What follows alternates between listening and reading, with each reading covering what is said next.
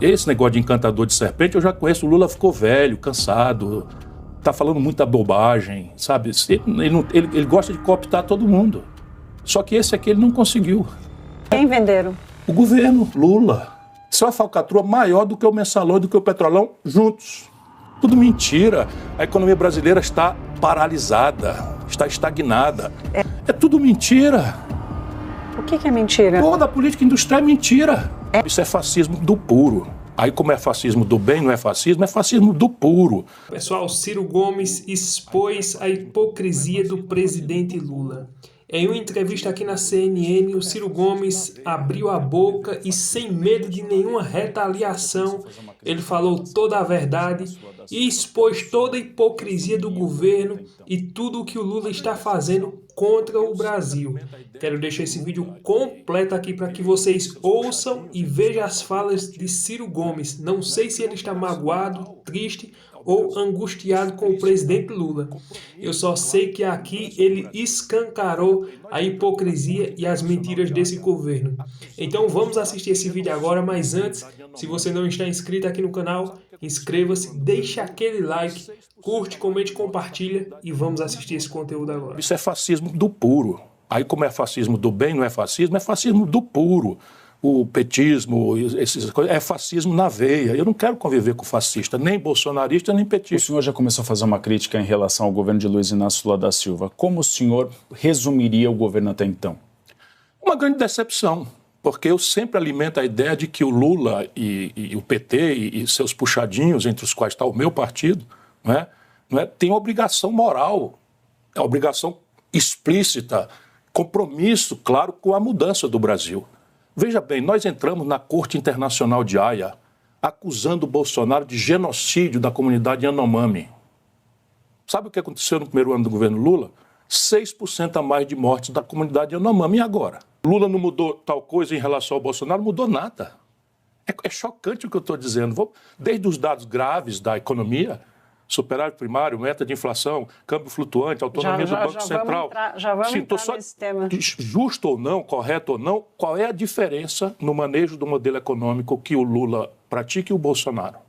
Se um marciano, amigo imaginário que eu tenho, passou aqui no ano passado, em 2022, e viu aquela guerra civil quase iminente no país, e passa agora, a emenda do relator está igual, a roubalheira na relação corrupta e fisiológica com o Congresso, igual com as mesmas pessoas, as mesmas personalidades. O povo foi na onda de uma certa elite para quem a política é uma irrelevância.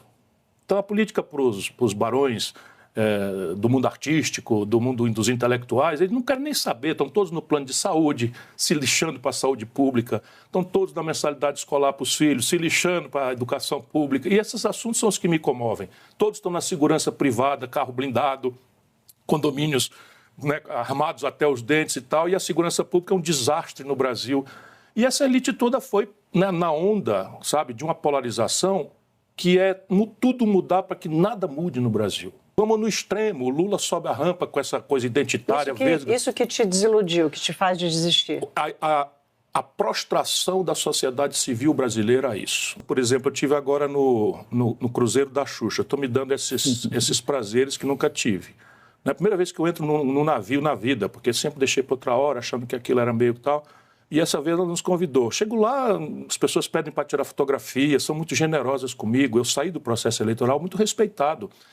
Houve um que me comparou, fiquei extremamente lisonjeado, com a seleção de 82. Diz que era uma seleção extraordinária, mas não ganhou nada. Então tá bom, eu fico tá, olha, não desista não, eu não quero ser acusado de desistir. Aí está aí agora a imprensa inteira a serviço da propaganda do governo, ou descuidada, que eu sei que tem muita gente equilibrada, mas descuidadamente passa celebrando o maior superávit primário, aliás, o terceiro maior superávit primário do mês de janeiro. Sabe quais foram os dois maiores? 2021 e 2022 com Bolsonaro. Compreende? É tudo mentira, cara. Tudo mentira. A economia brasileira está paralisada, está estagnada. É sobre economia, né? Comecinho de 2023, uma expectativa de que o Brasil não cresceria. O Brasil cresceu 3% no ano passado. Vamos examinar a inflação... isso? Não, a gente pode examinar. Não tem ninguém mais crítica do que eu, né, governador? Tem o agro puxando muito o negócio. Agora, em 2024, inflação menor, renda crescendo, os dados do IBGE estão aí, não sou eu que estou dizendo. Então, vamos lá. O que está errado na economia brasileira? Você tem, primeiro, uma fração importante dos índices de preço no Brasil são preços administrados pelo governo, que os americanos não sabem o que é isso. Chicago não entende o que é isso, vai me perdoar. Chicago não sabe que a Petrobras resolve fazer seu preço. E qual é o efeito da taxa de juros, pelo amor de Deus, Thaís, sobre um preço que o governo faz? Então, a Enel, agência cooptada pelo setor elétrico, que está de cabeça para baixo, para usar a expressão do próprio presidente do administrador do sistema, do ONS, também a Enel dá 35% de tarifa no Ceará e o Banco Central anota isso, um efeito disso no IPCA. Qual é o efeito disso da taxa de juros? Aí depois você tem um preço de commodities globalmente inflados pelas tensões da Ucrânia. Pelo amor de Deus, me explique qual é o efeito da taxa de juros sobre um preço de soja que subiu na Bolsa de Chicago. Você não percebe a grosseira fraude que está aí? Se a gente quiser discutir verdadeiramente o assunto... Mas isso explicitamente, né? Não é, porque a lógica de taxa de juros baixar a inflação é quando você tem uma inflação de demanda. Ou seja, eu tenho mais gente podendo e querendo comprar do que oferta de produtos. Sabe qual é a taxa de ociosidade da indústria brasileira há 20 anos? Entre 20% e 15%.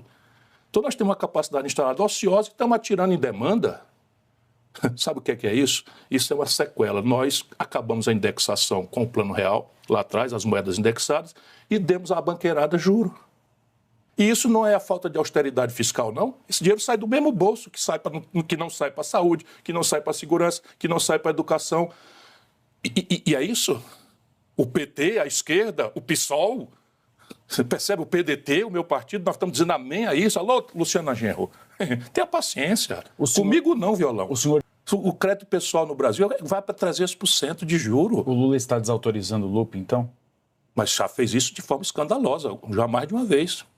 O senhor consegue citar um ponto positivo da tua gestão? Civilidade. Civilidade no trato das coisas da democracia. Isso é um valor relevante para quem tinha um bandido na presidência da República, um genocida que causou centenas de milhares de mortes. Você tem alguém do campo da democracia, sabe, com quem você pode dialogar, a quem você pode criticar, eventualmente sem correr o risco de amanhã levar um tiro. Enfim, percebe? Isso eu valorizo. Agora estamos deixando um buraco na cabeça do povo brasileiro e daqui a pouco o bolsonarismo, sem o Bolsonaro, vai comover essa gente.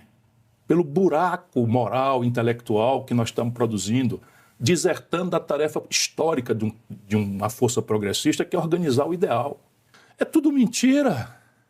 O que é mentira? Toda a política industrial é mentira.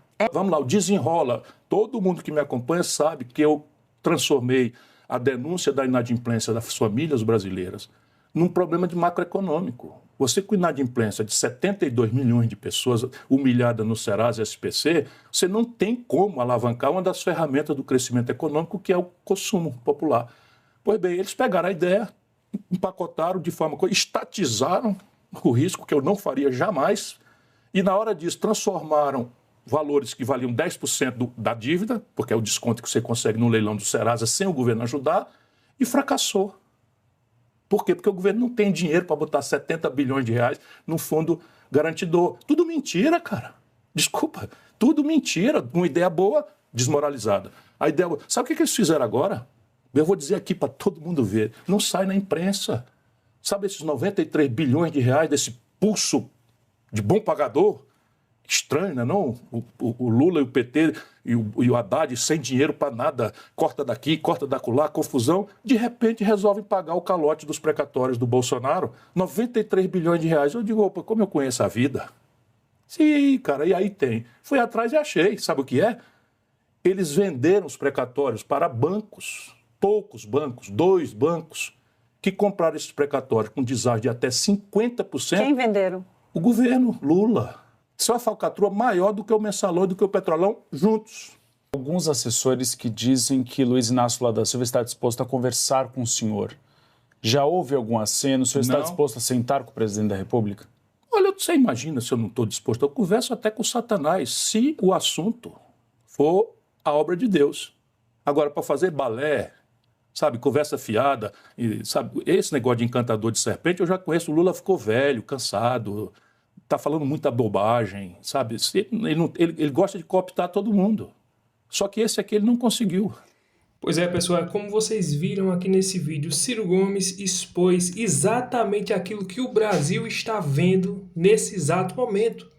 A hipocrisia do governo Lula, que veio com promessas de picanha, de cerveja, que veio com promessas mirabolantes. Todo o povo brasileiro está vendo que ele não está cumprindo nada daquilo que ele prometeu. O presidente Lula vem gastando mais do que pode, mais do que o que arrecada. E a cada dia que passa, nós vemos o governo sempre criando um novo imposto para colocar nas costas dos brasileiros. Essa aqui é a triste realidade.